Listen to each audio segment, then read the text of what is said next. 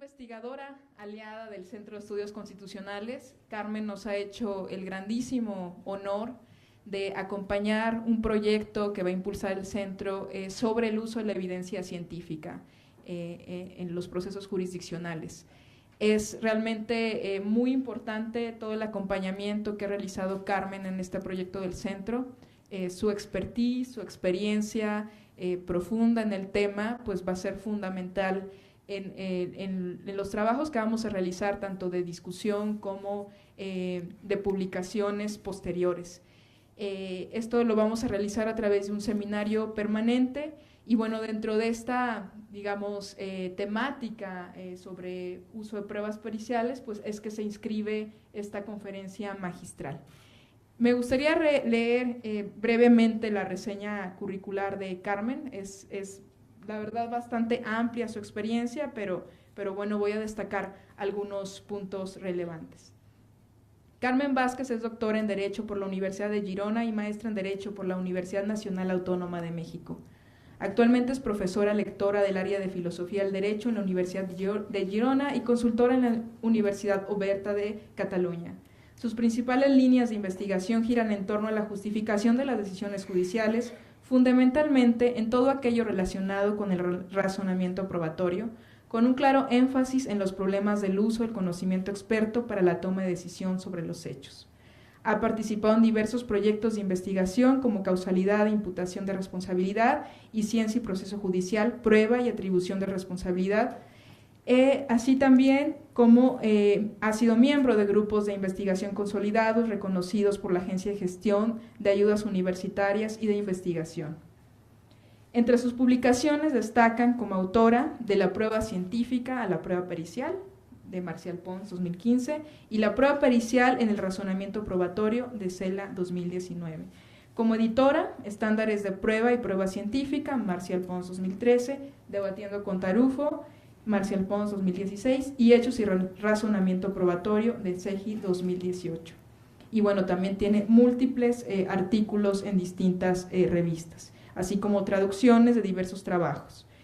Ha realizado estancias de investigación predoctorales en varios institutos muy reconocidos en el tema, como en Filosóficas de UNAM, con Larry Laudan, en la Universidad de Miami, con Susan Hack, en el Instituto de Viena Circle, en Viena, Austria, y estancias postdoctorales en la Northwestern University, en Chicago, con Ronald Allen, y en la Universidad de Nottingham, con Paul Roberts. Y bueno, como les mencionaba, Carmen Vázquez es investigadora aliada del Centro de Estudios Constitucionales de la Suprema Corte de Justicia de la Nación, donde colabora en el desarrollo de nuestra línea de investigación sobre evidencia científica. Carmen nos va a hablar pues más o menos una hora y después vamos a abrir el foro a preguntas. Les vamos a pasar una ficha para que ustedes puedan escribir las dudas que quieran compartir con la doctora y posteriormente ella dará la respuesta que considere pertinente. Carmen, muchas gracias y bienvenida. Muchas gracias, muy buenas tardes a todos. Gracias por estar aquí. Quiero agradecer muy particularmente a Ana María Ibarra y a Alejandra Rabasa por todas sus atenciones, por la invitación además a participar en este interesante proyecto que creo que era muy necesario en nuestro país discutir sobre pruebas periciales. Evidentemente estamos en una época de la ciencia y la tecnología en la que en los procesos judiciales hay cada vez más pruebas periciales y estas son cada vez más determinantes en estos procesos. Así que es muy relevante empezar a discutir profundamente cómo hay que tratar este tipo de elementos de juicio. Y de ahí viene entonces el título de la conferencia: ¿qué pueden hacer los jueces con las pruebas periciales? Es un título que pretende ser algo llamativo. No sé si fui exitosa en llamar vuestra atención o no. ¿Por qué considero que es un título llamativo? Porque tradicionalmente en el derecho nos preguntaríamos qué deben hacer los jueces con las pruebas periciales. Y el qué deben hacer los jueces con las pruebas periciales lo relacionaríamos inmediatamente con qué dicen nuestros códigos, qué dice la legislación o qué dice la jurisprudencia. ¿Qué dice la legislación, la jurisprudencia sobre qué deben hacer los jueces con este tipo de elementos de juicio? A mí no me interesa entonces tratar tanto el qué dice la legislación que los jueces pueden hacer, porque en general creo que es un lugar común ya. Los jueces deben valorar las pruebas periciales para tomar una decisión. Y en algún criterio jurisprudencial, incluso, o en la doctrina, se habla de el juez es el perito de peritos, ¿no? El perito in peritorum. El juez tiene que valorar, es el que tiene que decidir con lo que el perito le informe. Así que, en términos generales, me parece que, al menos en los sistemas de nuestra tradición, los más familiares a nuestra tradición, es obvio que los jueces tienen que deben valorar las pruebas periciales que se les son presentadas por las partes, o cuando hay pruebas periciales de oficio, para tomar las decisiones que corresponden. En cambio, entonces, creo que es muy importante empezar la conferencia preguntándonos sobre qué pueden hacer los jueces con las pruebas periciales. ¿Por qué? Porque en general, tanto en la doctrina, o quizá principalmente en la doctrina, ha habido una suerte de duda constante sobre la capacidad de los jueces para valorar adecuadamente las pruebas periciales.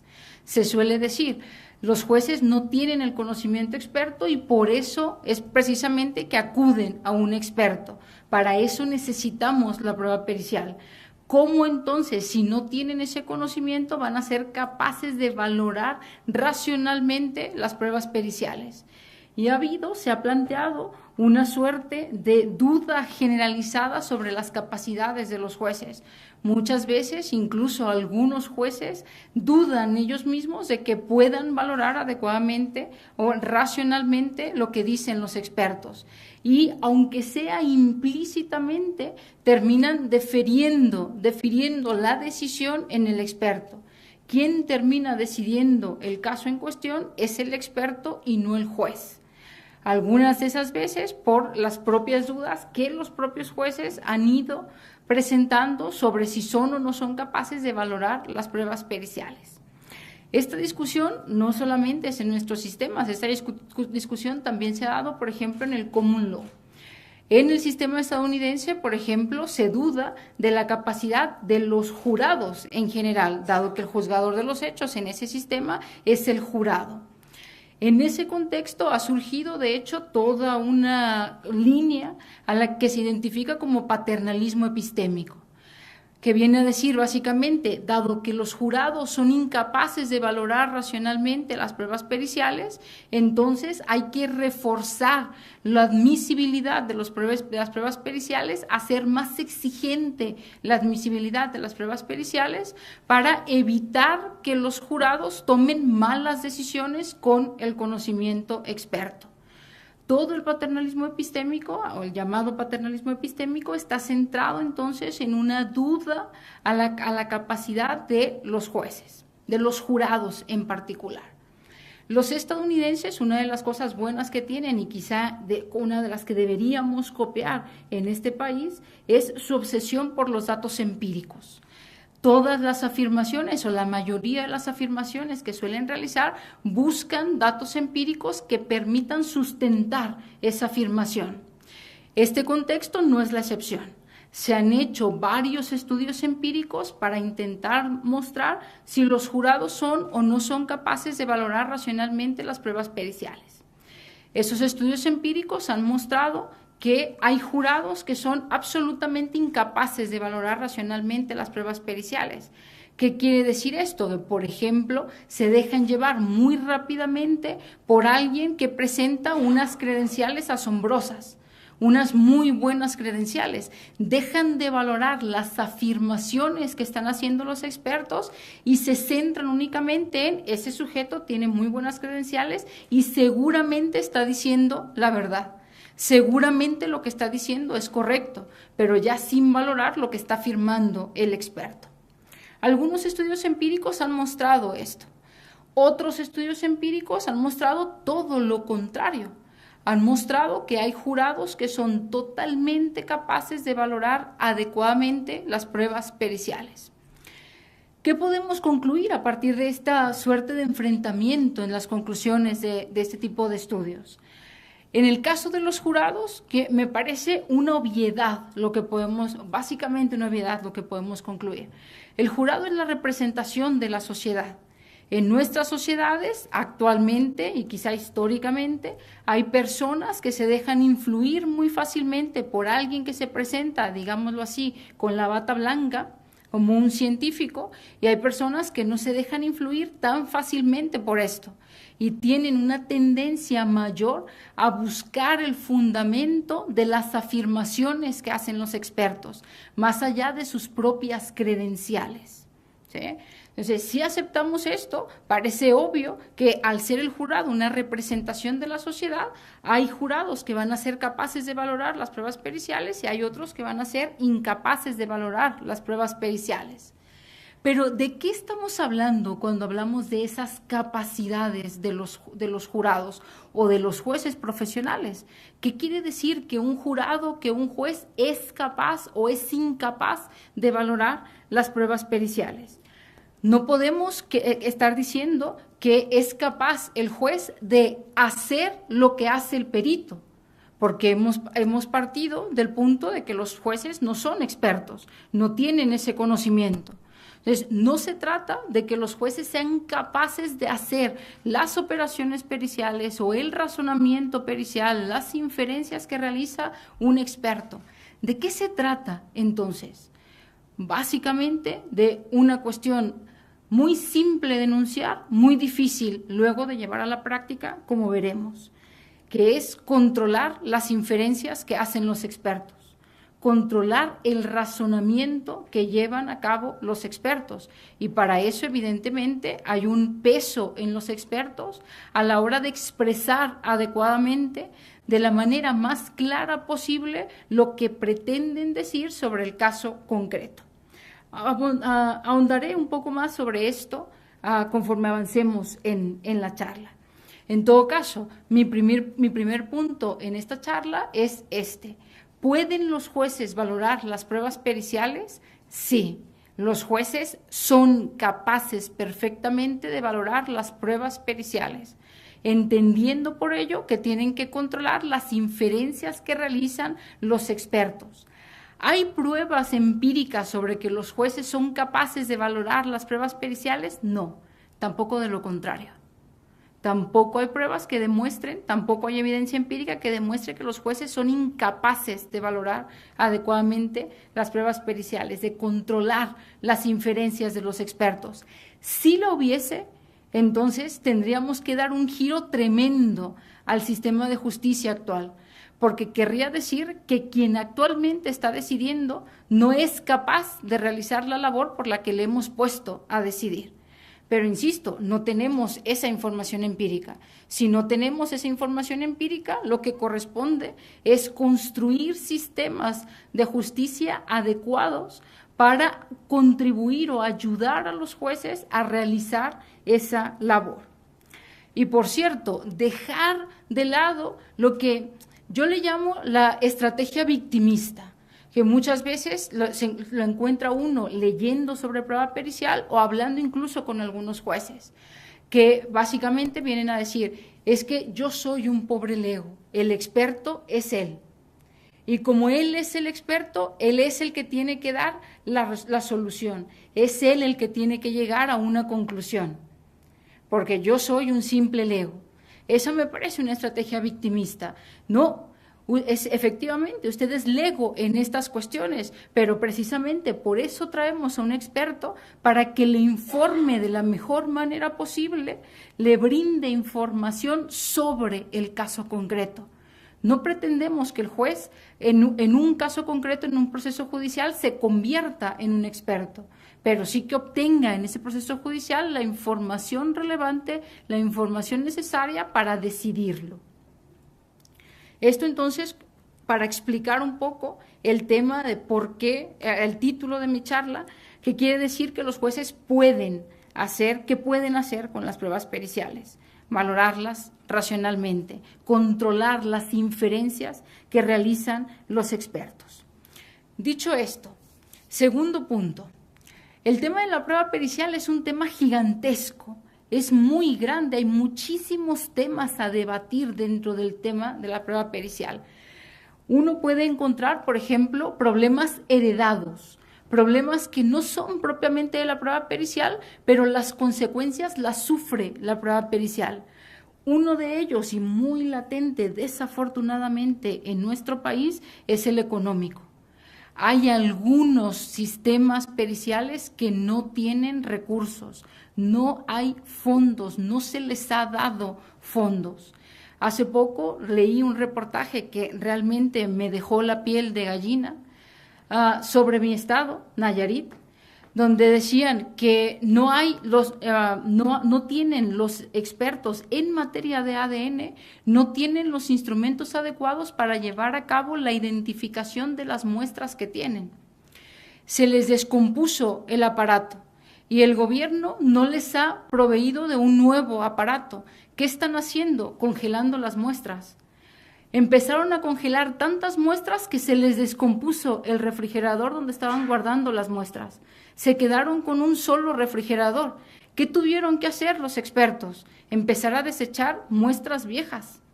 Ya no, con eso perdemos toda la evidencia de un caso, perdemos las pruebas de un caso, de pruebas que pueden ser determinantes para identificar a una persona. ¿Cuál es el problema en esto? ¿El problema es de la inferencia? ¿El problema es del conocimiento del experto? No, el problema es fundamentalmente económico. Los expertos no tienen los medios necesarios para llevar adecuadamente su labor. Y ese es un problema que no es propio de la prueba pericial, pero evidentemente la falta de recursos impacta en las pruebas periciales también. Otro problema heredado, no propio de la prueba pericial, pero que también la prueba pericial sufre sus consecuencias. Desafortunadamente, en nuestra formación como juristas, hemos dejado de lado el razonamiento probatorio y nos hemos enfocado fundamentalmente en el derecho procesal, en el derecho probatorio. ¿Qué dicen las reglas? Y nos pasamos repitiendo el mantra de, por ejemplo, la sana crítica.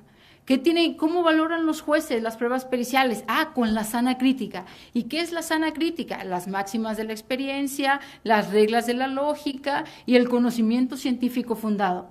Espera un momento, ¿me estás diciendo que los jueces tienen que valorar las pruebas periciales, que es conocimiento experto, con el conocimiento científico que viene de dónde? ¿De dónde sale ese conocimiento con el que supuestamente los jueces tienen que valorar las pruebas periciales? No sé, pero yo lo repito. Y se repite una y otra vez. ¿Por qué? Creo que la explicación proviene de que no hemos prestado la suficiente atención al razonamiento probatorio. Nos hemos centrado muchísimo, otra vez, en qué dice la legislación, qué dice la jurisprudencia, qué dice que tienen que hacer los jueces. Y no hemos abordado, no hemos buscado las herramientas necesarias precisamente para controlar las inferencias que realizamos, por cierto, en la prueba pericial y también en otro tipo de pruebas, como la prueba testifical. Entonces, un problema de la prueba pericial que enfrentamos actualmente es la ausencia de formación en el razonamiento probatorio, dado que nos hemos enfocado fundamentalmente en el derecho probatorio. Y el derecho, señores, no lo puede regular todo. Y no puede regular, quizá ni siquiera debería regular cómo razonamos cuando se trata de hechos. Esas son habilidades que tenemos que aprender y poner en la práctica con independencia a una legislación, a lo que diga el código. Entonces, hemos dicho, hay problemas de la prueba pericial que son heredados. Yo les ponía dos ejemplos, los económicos y la falta de atención en el razonamiento probatorio. Tenemos también podemos llamar algo así como una suerte de teoría general de la prueba pericial. Creo que nos hace falta, ha hecho falta en los últimos años un marco teórico sólido que nos diga, que establezca claramente, por ejemplo, cuáles son los roles de cada uno. ¿Qué viene a hacer el perito al proceso judicial? ¿Y qué hace el juez con el conocimiento experto? ¿Qué hace el experto cuando el experto es un perito oficial? o cuando el experto es un perito de parte. ¿Qué problemas enfrentamos cuando se trata de un tipo de prueba pericial y cuando se trata de otro tipo de prueba pericial? ¿Son los mismos problemas? ¿Hay distintos problemas? ¿Qué quiere decir exactamente eso que afirma la jurisprudencia en México, y no solo en México, que el perito es un auxiliar de la justicia? ¿Qué quiere decir que el experto auxilia a la justicia? ¿El perito de parte también auxilia a la justicia? Le hemos dicho al perito cuáles son sus deberes, cuáles son sus obligaciones, cuáles son incluso los derechos que tiene como perito, o simplemente nos conformamos con la etiqueta general de usted es auxiliar de la justicia. ¿Y qué es eso? Auxiliar de la justicia. Faltan toda esa cuestión teórica que dé sentido a la práctica, que nos marque el camino hacia dónde tenemos que ir y que nos permita de manera distinta poder calificar lo que estamos haciendo. Si lo que estamos haciendo con las pruebas periciales es correcto o no es correcto, o estamos equivocados en el camino. No solamente nos faltan algunas cuestiones de esta, digamos, teoría general sobre la prueba pericial. Otro tipo de temas, otro tipo de problemas tiene que ver con cada una de las pruebas periciales. Cada tipo de prueba pericial tiene problemas muy diferentes. Las pruebas periciales, nosotros hablamos de la prueba pericial, pero es que cada área del conocimiento que está implícita en los distintos tipos de pruebas periciales tiene un desarrollo, una evolución, unos problemas debido a ese desarrollo totalmente diferentes. No es lo mismo hablar de los problemas que enfrenta, por ejemplo, la genética o la identificación a través de la genética, que los problemas que encontramos con la identificación a partir de otras de las llamadas ciencias forenses. No es lo mismo hablar de la psicología que hablar de la medicina. El nivel de desarrollo que tienen, el nivel de validez y fiabilidad de los métodos y las técnicas que utilizan son totalmente diferentes. La prueba genética ha mostrado en los últimos años una evolución brutal. Todo el mundo habla en las mejores condiciones. Con ese tipo de prueba podemos identificar a una persona con un nivel de fiabilidad casi del 99,99999, etcétera, % en las mejores condiciones.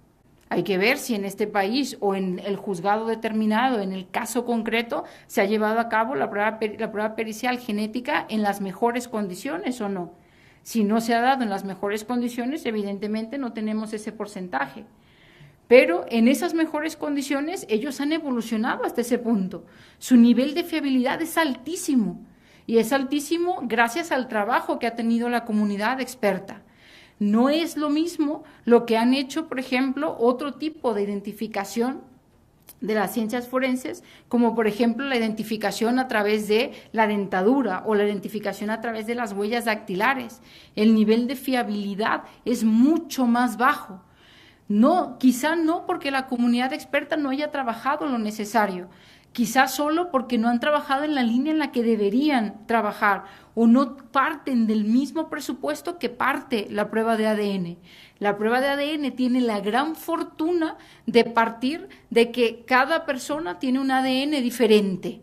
Y eso hay muchos datos que sustentan esa afirmación. En cambio, no hay datos que sustenten la afirmación de que nuestras huellas dactilares son únicas, de que nuestra dentadura es única. No se parte del mismo conocimiento. Los problemas, los desarrollos que pueden tener una área y la otra no pueden ser los mismos. Para abordar los diferentes problemas de los distintos tipos de pruebas periciales, lo que hay que hacer es acudir a los expertos. Y digo acudir a los expertos, cuando digo esto, no quiero decir acudir en el caso concreto a un perito particular. Lo que quiero decir fundamentalmente es que hay que acudir a las comunidades expertas. Son las comunidades expertas las que nos pueden brindar ese tipo de información. Y algunas veces podríamos acudir a esas comunidades expertas incluso para la formación judicial. Muy pocas veces vemos en la formación de nuestros jueces, por ejemplo, un curso de ADN, en donde le informen al juez en su formación general cómo funciona en las mejores condiciones una prueba de ADN. Otra vez, sistemáticamente la formación de los jueces consiste en qué dice el código, cuáles son las últimas reformas, qué inciso de la norma se ha cambiado. ¿Los jueces deben saber esto? Sí, por supuesto, los jueces deben saber esto, pero quizá también deberían saber algunas cuestiones mínimas de una de las pruebas periciales que está constantemente en ciertos procesos judiciales, como es la prueba de ADN. Entonces, este tipo de información podríamos tener acceso a ella no solo a través de los peritos particulares que vienen a los casos concretos, sino de una formación más global, por ejemplo, en la formación judicial. Entonces, con estos 3 ejemplos, reafirmo lo que decía en este punto. El tema de la prueba pericial es enorme, hay mucho camino que recorrer, hay mucho trabajo que realizar en diferentes contextos, en el contexto de los problemas heredados que impactan en las pruebas periciales, en la teoría general de la prueba pericial y luego en cada una de las distintas pruebas periciales. Vamos ahora de esta cuestión un poco más genérica y más de planteamiento del escenario global a algo más específico en el proceso judicial. ¿De qué manera podríamos, por ejemplo, iniciar con el pie derecho cuando cuando es relevante presentar una prueba pericial en un caso específico? A mí me ha preocupado constantemente lo que suelo advertir en gran parte de la dogmática procesal cuando hablan de prueba pericial, de centrarse fundamentalmente en la valoración de la prueba pericial. Cuando se intenta hablar sobre la calidad de la prueba pericial, todo parece redundar o parece estar en la valoración de la prueba pericial. Y se descuida, obviamente, la práctica de la prueba pericial y la admisión de la prueba pericial. Creo que un primer paso que tenemos que hacer es prestar mucha atención en estas 2 primeras facetas. Lo que suceda en estas 2 primeras facetas va a ser determinante para la valoración de la prueba pericial. La valoración, evidentemente, no es algo que de pronto aparezca. La valoración la estamos construyendo desde las etapas anteriores. Desde las etapas anteriores estamos viendo qué información va a ser relevante para atribuirle uno u otro valor a la prueba pericial. En la admisibilidad, cuando vamos a la prueba pericial, cuando acudimos a un experto, ¿cómo podemos empezar con el pie derecho? Con cuestiones sumamente muy básicas que deberían ser obvias. Algunas veces, obviamente, es importante enfatizar las obviedades, recordar las obviedades, porque a veces se nos olvidan.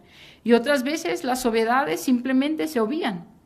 Y por eso me parece importante empezar diciendo, cuando acudimos a un experto, hay que saber qué le vamos a preguntar a los expertos.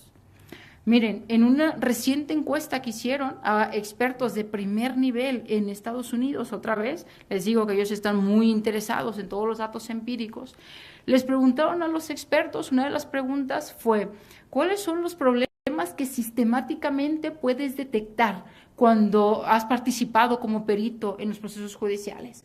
La respuesta más habitual en estos expertos fue, los juristas no saben preguntar.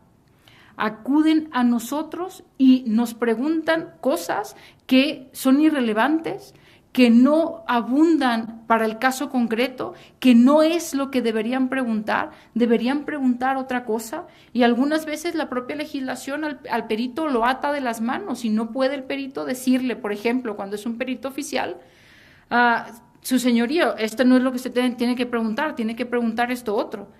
Si es que el juez lo permite, evidentemente, porque igual algún juez le sienta mal que le corrijan la plana, digámoslo así. Pero es muy preocupante la situación.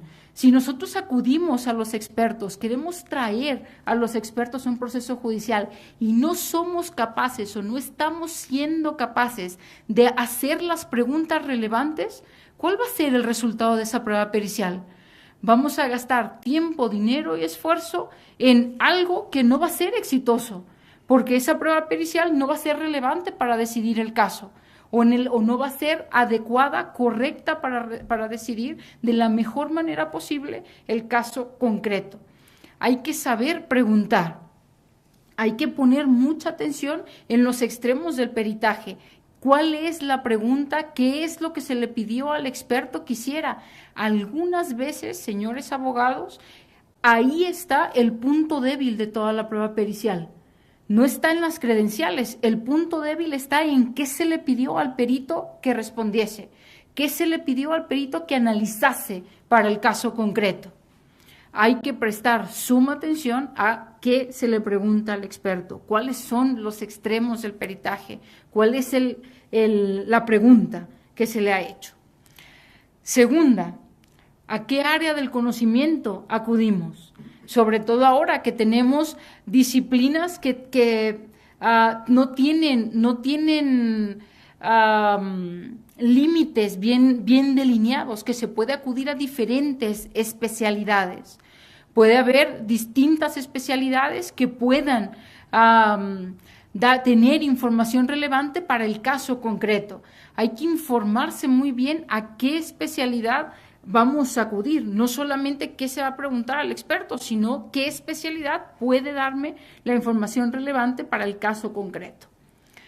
Y tercera, evidentemente, las credenciales de los expertos, con una salvedad.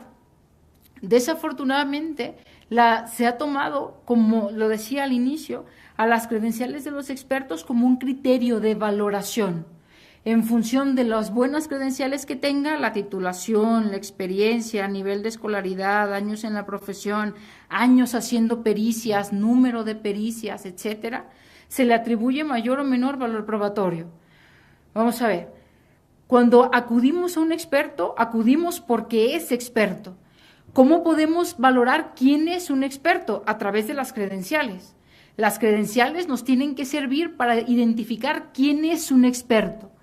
Pero ¿cómo valoramos la expertise? No puede ser a partir de la propia expertise, porque sería circular. Necesito algo externo a las credenciales del experto para poder valorar el conocimiento experto que tiene ese sujeto. Las credenciales son condición necesaria para que un sujeto que se dice ser experto pueda participar como perito en un proceso judicial. Las credenciales pueden darnos información para atribuirle valor probatorio a esa prueba pericial, pero las credenciales nunca pueden ser condición suficiente. Nunca, solo con las credenciales, podemos valorar la calidad de las pruebas periciales. ¿Son relevantes? Mucho. ¿Son determinantes para atribuir valor probatorio al conocimiento experto? No.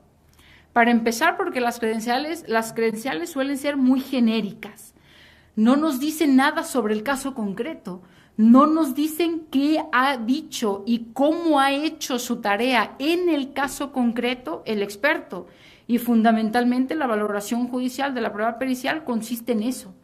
Las credenciales entonces no me dan la información, toda la información que necesito para llevar a cabo la valoración judicial. Insisto, son muy relevantes, pero nunca pueden ser condición suficiente para valorar la calidad de lo que hacen y dicen los expertos. Vamos ahora a, dicho esto, no son condición suficiente, entonces, ¿en dónde estamos? ¿Cómo nos acercamos a esa parte medular de la valoración judicial de la prueba pericial? ¿Cómo pueden hacer los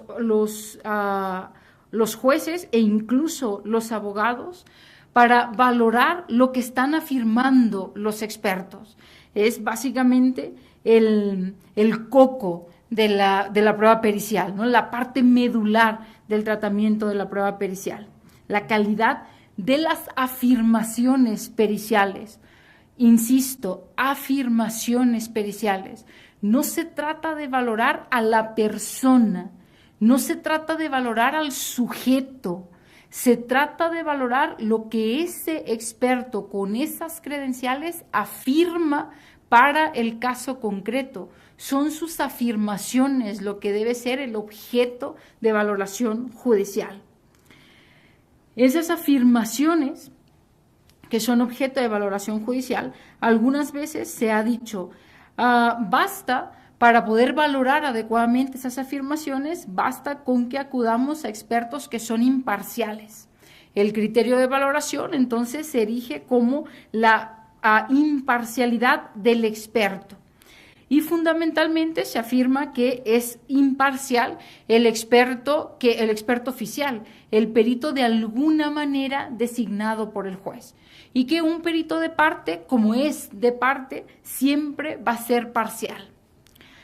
Dicho de esta manera, evidentemente estamos definiendo imparcialidad. Nosotros sí definimos imparcialidad como aquel perito que es seleccionado por el juez será imparcial y aquel perito que es seleccionado por la parte será parcial, evidentemente, porque estoy definiendo de esa manera el término. Pero definir de esa manera la imparcialidad judicial no significa valorar la prueba pericial. No me puede decir esa definición nada sobre la calidad de la prueba pericial, porque lo único que estoy haciendo es definiendo el término. Si yo lo defino así, evidentemente el perito de parte siempre va a ser parcial. ¿Es el perito de parte siempre parcial? En algún sentido lo es. ¿En qué sentido?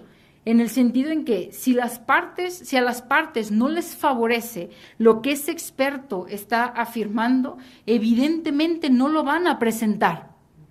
No van a presentar un informe pericial que no abone a aquello que ellos quieren defender, que la parte esté defendiendo. En ese sentido, sufre de esa parcialidad estructural. El perito de parte siempre va a favorecer a la parte que lo presenta. ¿Habla esto sobre la calidad de la prueba pericial de parte? No, no necesariamente. Esa prueba pericial puede ser una prueba pericial totalmente fundada, adecuadamente fundada, en el mejor conocimiento actualmente disponible en la área de conocimiento relevante y ser una prueba pericial que amerite todo el valor probatorio y la pericial oficial no amerite ningún valor probatorio. El hecho de que haya sido el experto nombrado por el juez o nombrado por la parte, en sí mismo nada dice sobre la calidad de las pruebas periciales. Nos abre una puerta que creo que no hemos explorado adecuadamente. El perito oficial podría, hipotéticamente, tener una diferencia importante con la prueba pericial de parte, sí y solo sí nos interesamos en cómo es nombrado el perito oficial, cómo se nombra al perito oficial, qué criterios se siguen para nombrar al perito oficial. Podríamos, por ejemplo, estar en una situación en la que iniciamos el proceso judicial con el pie derecho porque tenemos toda la información de que el experto que estamos nombrando como perito oficial en el caso concreto es el mejor experto disponible para ese caso. Tiene el mejor conocimiento disponible, las mejores herramientas, los mejores instrumentos disponibles para llevar a cabo su labor. Esto es, empezaríamos el proceso judicial con el pie derecho. No es la situación actual. La situación actual, fundamentalmente en México, pero no solo en este país, es que la selección de los expertos oficiales, al menos su incorporación a los listados de peritos, es una cuestión netamente administrativa. Se abre una convocatoria y quien cumple los requisitos que se establecen en esa convocatoria conforman ese listado. No hay un filtro sobre la calidad de esos expertos, ni siquiera hay un filtro, muchas veces, o un filtro exitoso, más allá del requisito teórico que muchas veces existe, para intentar evitar que expertos, que peritos que han participado en procesos judiciales y no lo han hecho adecuadamente y han fallado en su labor como peritos, ya no vuelvan a participar en el proceso judicial. El siguiente año vuelven a estar y el siguiente año vuelven a estar y así sucesivamente. No tenemos esos filtros que permitan eliminar al menos de esos listados de peritos oficiales expertos que no han hecho la labor que les correspondía cuando los hemos nombrado como peritos oficiales. Entonces, podríamos tener una diferencia entre peritos oficiales y peritos de parte si nos enfocamos y hacemos mucho trabajo en la selección de esos expertos. Si dejamos esa selección a un mero trámite burocrático, un mero trámite administrativo, el perito de parte y el perito oficial son más o menos iguales. Algunas veces el perito oficial es peor. ¿Por qué? Decíamos al inicio, porque muchas veces ni siquiera tienen los recursos. No es porque sean malos expertos, es que no tienen los recursos para realizar las pruebas periciales que corresponden. Y en cambio las partes pueden contratar a un experto que sí tenga los instrumentos adecuados para llevar a cabo esas pruebas periciales. Entonces, para valorar las afirmaciones periciales, el criterio de la imparcialidad, sobre todo cuando lo definimos de esa manera, no me sirve de nada. No me brinda información sobre la calidad de lo que están haciendo los expertos.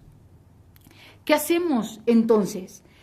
Creo que no hay de otra más que entrar de lleno en la inferencia pericial, en cuál es el razonamiento que están llevando a cabo los expertos.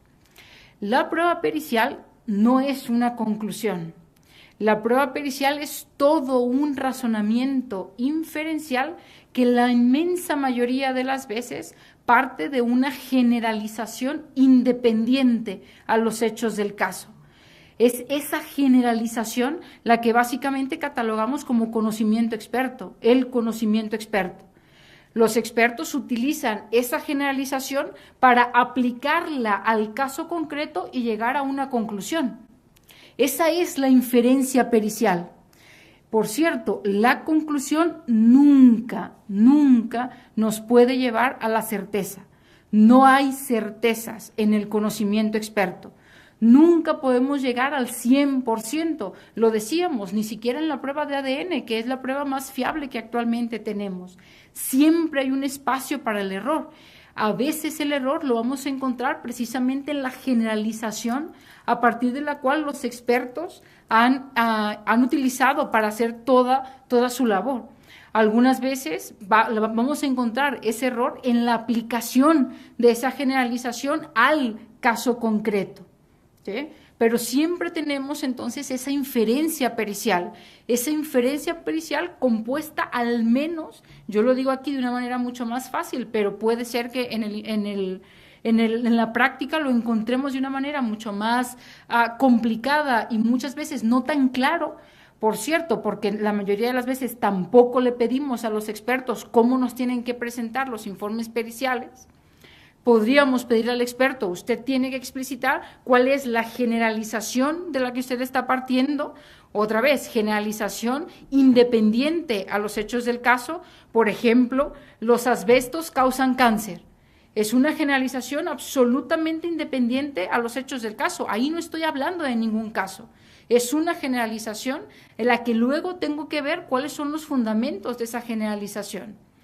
Pero la compuesta, entonces, la inferencia pericial, generalizaciones independientes a los hechos del caso, aplicación de esas generalizaciones a los hechos particulares del caso y conclusión. Es muy fácil la estructura de la inferencia. Lo difícil es ahondar en los fundamentos de la inferencia. Básicamente, o sobre todo, quizá es mucho más difícil entrar en los fundamentos de las generalizaciones, porque estamos aquí en el corazón del conocimiento experto. ¿Cómo hacemos para saber cuál es el fundamento de esa generalización? ¿Qué tipo de información podemos tener? No podemos darle a los juristas, no puede darle el código, no puede tenerle el juez. ¿Quién la tiene que dar? Los expertos. Y a veces no es el experto particular, otra vez, es la comunidad experta. Son las comunidades expertas las que nos tienen que dar cuáles son los fundamentos de las generalizaciones que están utilizando. Como en este caso que les decía, el asbesto causa asbestosis. En un caso concreto de asbestosis, por cierto, desafortunadamente, paréntesis, porque no es un tema relacionado directamente con la prueba pericial, somos uno de los pocos países en donde todavía no está prohibido el asbesto. Hay muchos países, todos los europeos, por ejemplo, en donde el asbesto está totalmente prohibido, porque está radicalmente probado que causa esta enfermedad que es mortal. y solamente la causa el asbesto, de ahí el nombre, asbestosis. Ojalá en algún momento nos atrevamos, a quien le corresponda en este país, a prohibir el uso de asbestos e intentar que se retiren esos asbestos. Quizá cuando esto suceda vamos a tener un cúmulo de demandas, al menos en materia civil, tremendas, por responsabilidad contra las fábricas que han estado construyendo, que siguen construyendo asbestos en nuestro país. Y ahí la prueba pericial va a ser determinante. Cierro paréntesis. Generalizaciones. Esta de la asbestosis es una ley causal. El asbesto causa asbestosis. A veces esa generalización no es una relación causal. A veces estamos hablando de meras estadísticas. Por la prueba de ADN es una estadística. Es en un conjunto de población cuál es la probabilidad de que en esa población haya una persona diferente a esta con ese ADN, básicamente. Es una cuestión de estadística. También, por ejemplo, es una cuestión de estadística en materia de psicología, los indicadores clínicos para la detección del abuso infantil. Supuestamente hay ciertos indicadores clínicos que en la mayoría de los niños causa ciertos traumas cuando han sido abusados, o han sufrido algún abuso sexual o de otro tipo.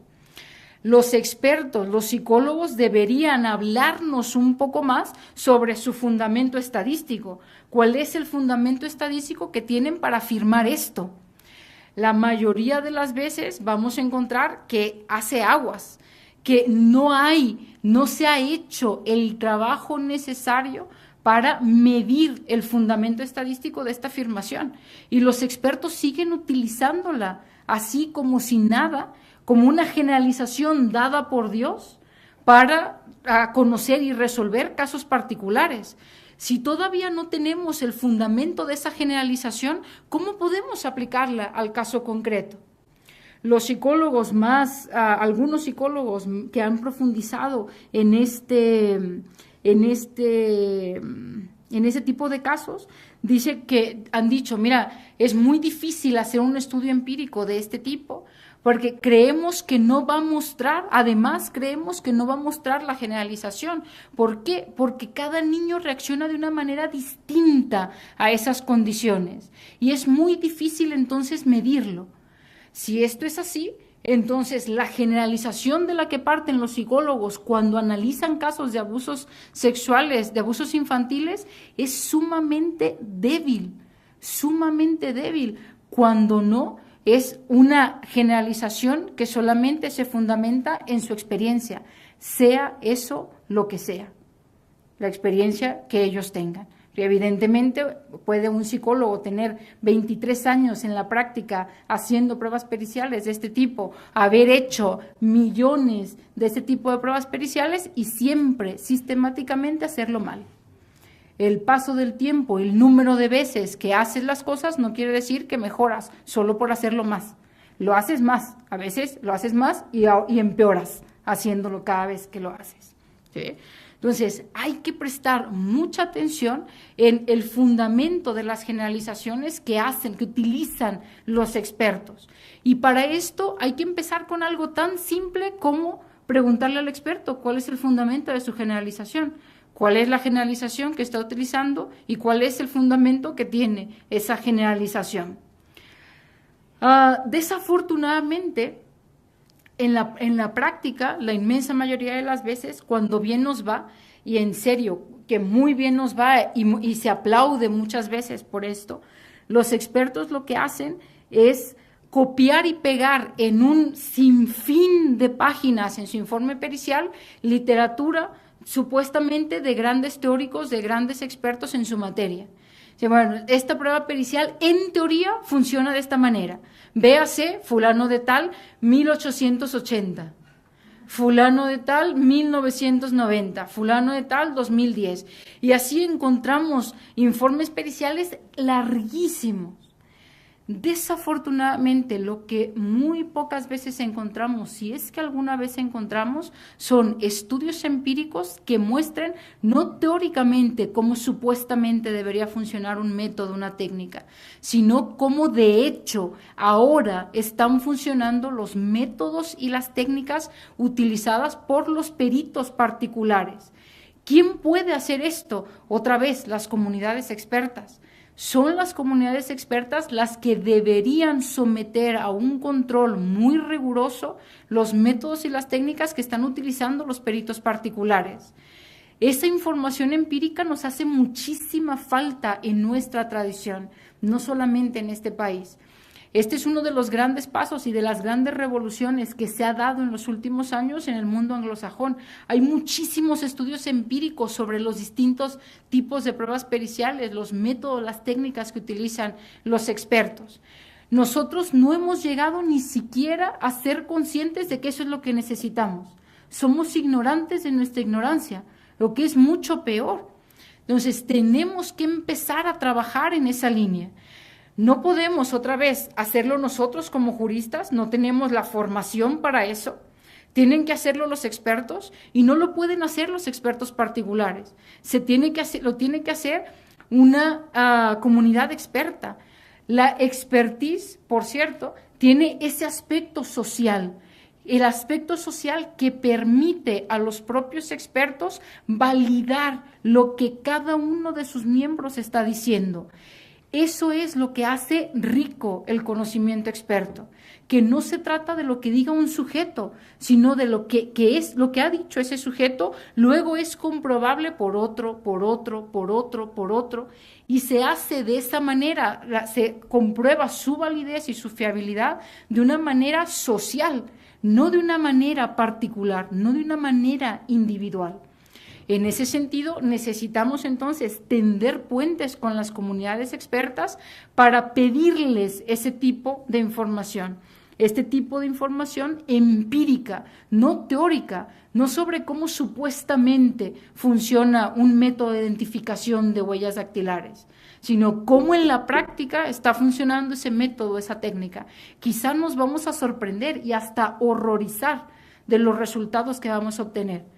Pero si tenemos esos resultados y nos horrorizamos, querrá decir que en la práctica no podremos volver a condenar a una persona, no podremos volver a imputar responsabilidad civil a una persona fundados en una prueba pericial cuya generalización está infundada. Es un paso sumamente, entonces, necesario. Después tenemos, entonces, además de la generalización, del uso de las generalizaciones, hemos dicho la aplicación al caso concreto.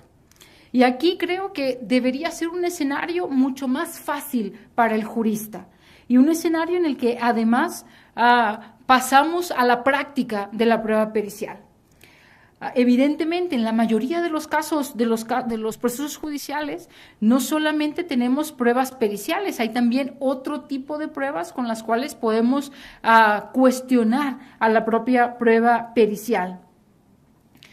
Es en la práctica de la prueba pericial muchas veces, si no es que la mayoría de las veces, donde vamos a poder obtener más información sobre si la aplicación de esa generalización al caso concreto ha sido la adecuada o no ha sido la adecuada. Podremos hacerlo si sistemáticamente, además, en el informe pericial pedimos a los expertos que nos señalen adecuadamente su inferencia pericial, sus generalizaciones, cómo han aplicado eso al caso concreto, la información que sobre el caso concreto han tomado en cuenta para analizar, para llegar a sus conclusiones y luego, evidentemente, la conclusión. En este contexto de la práctica de las pruebas periciales, creo que hay una labor legislativa quizá importante que hacer. En esta charla, el título de esta charla, decíamos, es ¿qué pueden hacer los jueces con las pruebas periciales? Y hablábamos de la capacidad de los jueces de las pruebas, de valorar las pruebas periciales. Lo que no nos hemos preguntado es si a nuestros jueces les hemos dado las herramientas necesarias para que lleven a cabo la función que les estamos exigiendo.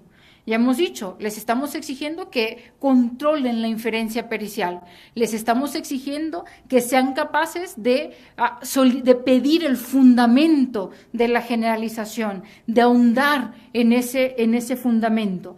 Tienen las herramientas, al menos las herramientas procesales, para llevar a cabo esa tarea. No en todos los sistemas de justicia estamos igual, hay diferencias en esto, pero me interesa plantear como 5 puntos, 5 herramientas al respecto y que creo tienen una incidencia sobre todo en la práctica de las pruebas periciales. Una de esas ideas sí que es muy mexicana, muy mexicana / peruana, porque también en Perú se está discutiendo mucho sobre esto y tiene que ver con la reforma procesal penal en el país y el giro hacia un sistema más adversarial. He escuchado muchísimas veces y en muchos cursos de formación, a veces de formación a los jueces y a los abogados, que el informe pericial solo debe contener las conclusiones de los expertos, que el informe pericial no debe ser detallado y que el informe pericial no debe ser conocido por el juez hasta la práctica de la prueba pericial o hasta que el juez tiene que decidir sobre el caso concreto. Y esto me parece que no abona en absolutamente nada a una correcta valoración de la prueba pericial. Si estamos diciendo que los jueces tienen que controlar la inferencia pericial y que los jueces son legos en el conocimiento experto, los jueces tienen que llegar lo mejor preparados, al menos en esta materia, a la práctica de las pruebas periciales. ¿Cómo los jueces pueden comprender adecuadamente lo que dicen los expertos si previamente ni siquiera han tenido acceso a un informe pericial? Si lo único que han tenido son las conclusiones del experto. Y él no es experto. No sabe lo que los expertos han hecho, no sabe lo que los expertos qué información sobre el caso han tomado en cuenta, qué método, qué técnica han utilizado, qué generalización están utilizando los expertos. El juez no puede tener esta información, no tiene la formación para eso. Se necesita que ese informe pericial, a ese nivel de detalle del que estamos hablando, el juez pueda conocerlo con antelación para llegar a la práctica de la prueba pericial con la información necesaria para poder entender lo que los expertos están afirmando, sobre todo cuando se trata de peritos de parte y esos 2 peritos de parte están totalmente en contradicción. Uno dice que el cielo es rojo y el otro dice que el cielo es verde. El juez tiene en ese momento, cómo va a tener la información necesaria para poder comprender lo que los expertos están afirmando. Así que me parece que para poder tener una sana práctica de la prueba pericial, y ahora sí una sana crítica de la prueba pericial, es necesario tener unos buenos informes periciales a disposición del juez para que a la hora de la práctica de la prueba pericial pueda llevar adecuadamente la función que le corresponde. Buenos informes y el juez adecuadamente informado. También, segundo punto, también a raíz de todas estas reformas procesales se ha dicho, el juez tiene que ser un objeto en la sala de juicio, tiene que estar totalmente pasivo, no debe hablar el juez. Me preocupa fundamentalmente en materia de prueba pericial. ¿Cómo resuelve un juez con una prueba pericial que no ha entendido, que se ha quedado con dudas sobre lo que los expertos están afirmando?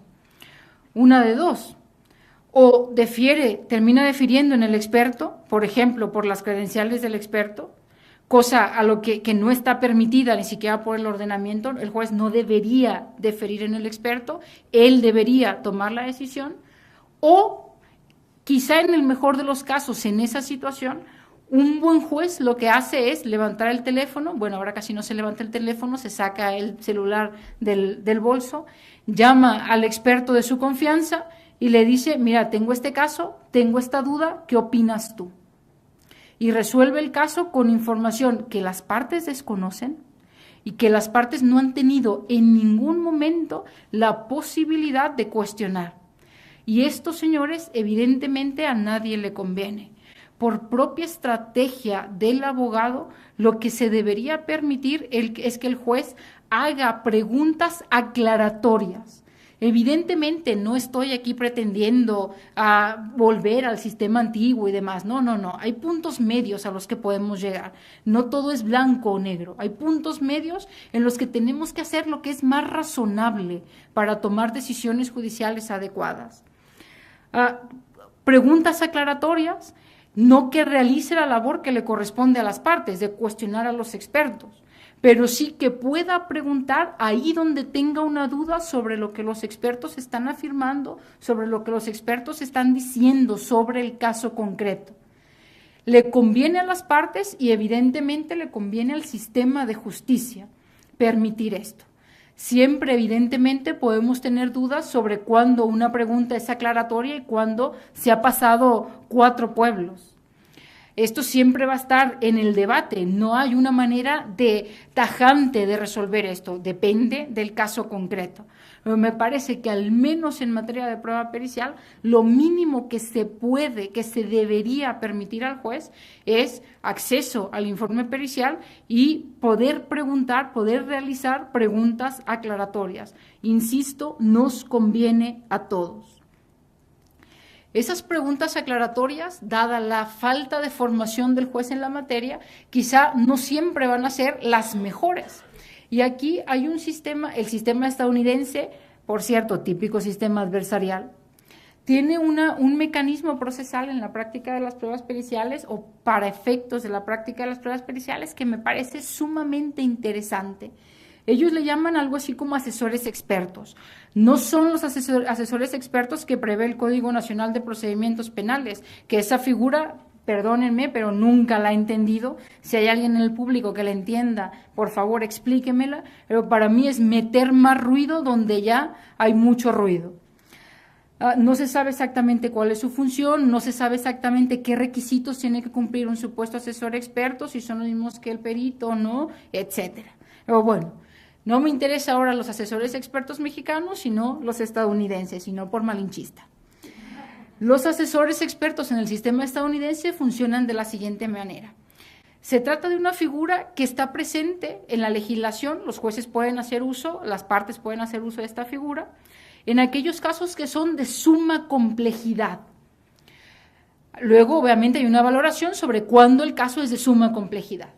Y se trata de que el asesor experto, que no es un perito, viene antes de la práctica de la prueba pericial a formar mínimamente al juez en el área de conocimiento relevante, con el objetivo de que el juez pueda comprender después en la práctica de las pruebas periciales lo que los peritos de parte están afirmando.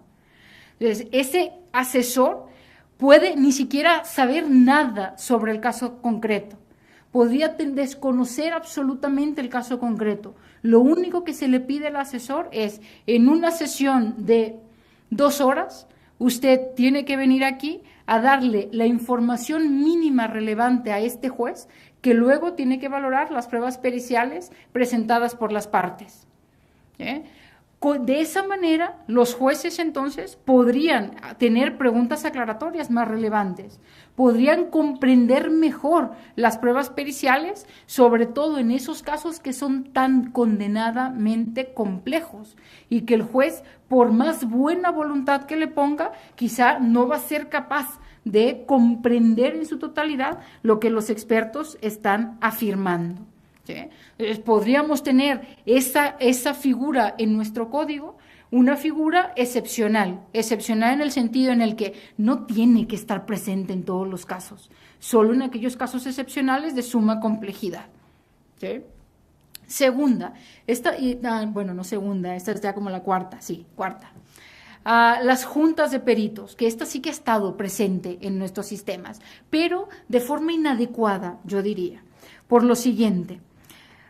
Este tipo de mecanismo procesal ha mostrado un éxito realmente sorprendente en dos jurisdicciones, la inglesa y la australiana. Es un tipo de juntas periciales muy peculiares a las que en el sistema nació en Australia y se le puso el nombre de hot tubing. No sé por qué se le puso ese nombre, pero la traducción es jacuzzi, así que no sé qué se imaginó el que le puso ese nombre, dos expertos en el jacuzzi, cada uno y su imaginación. Pero este tipo de mecanismo consiste básicamente en, hay un desacuerdo entre los expertos, una situación sumamente habitual en el proceso judicial. ¿Qué hacemos nosotros cuando hay un desacuerdo entre los expertos? Tercero en discordia. Llamamos a un tercero en discordia, que muchas veces viene a introducir otra vez más ruido del que ya había. Y muchas veces, al menos algunos jueces, terminan decidiendo como en el fútbol. Por mayoría, el que metió 2 goles, gana. Este se quedó solo, pobrecito, pero está solito. Entonces, gana gana la posición que ha dicho, que ha tomado la mayoría. Evidentemente, sin mayor fundamento. No hay ningún fundamento para decidir de esa manera. Se huye de los desacuerdos. En nuestros sistemas se huye del desacuerdo. Pues traigan otro perito.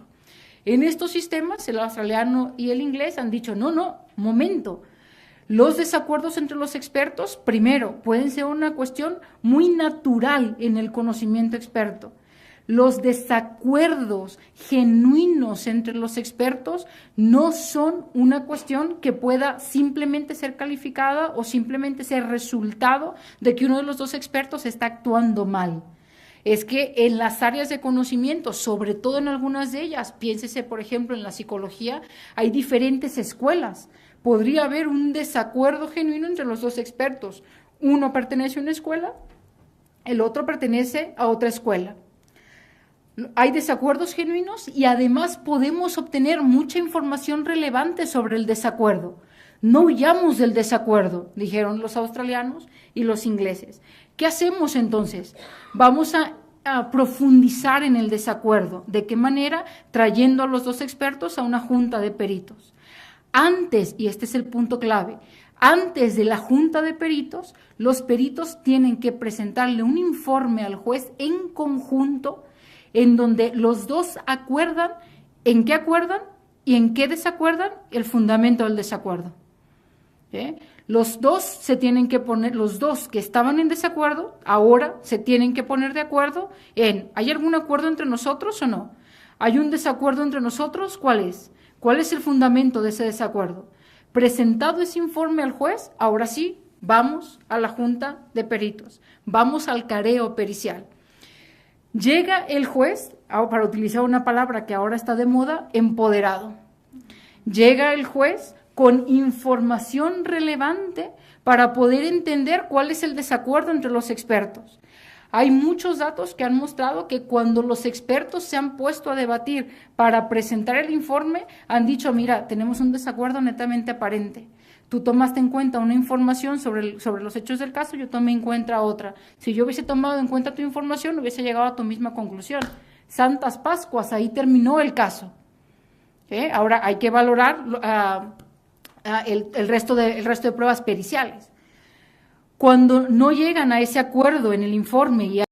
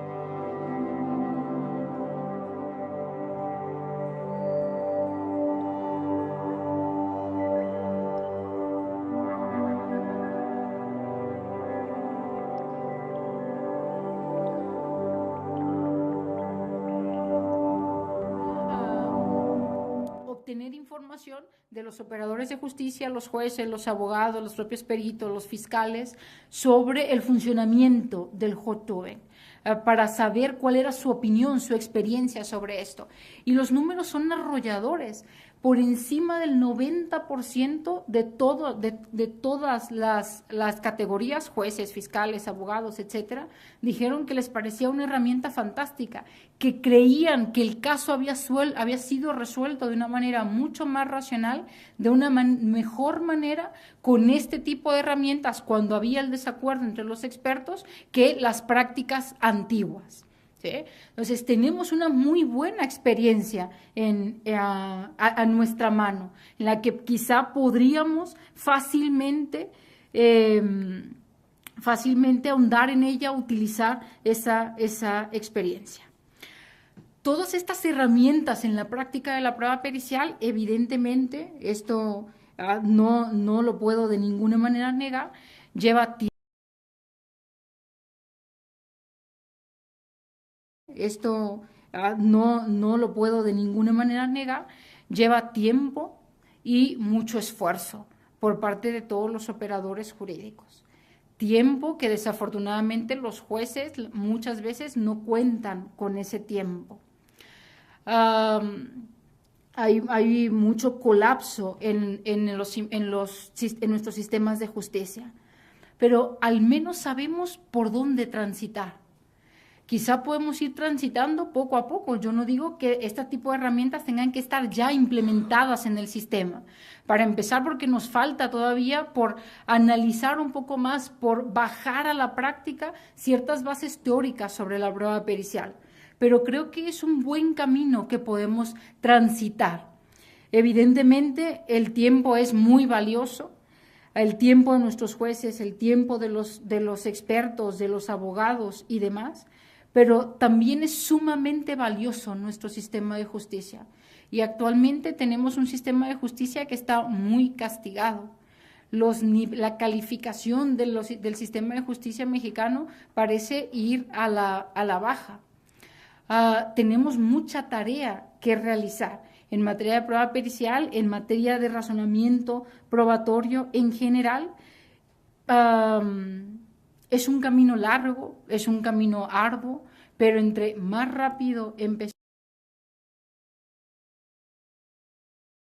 que actualmente parece herirnos tanto en nuestra sociedad.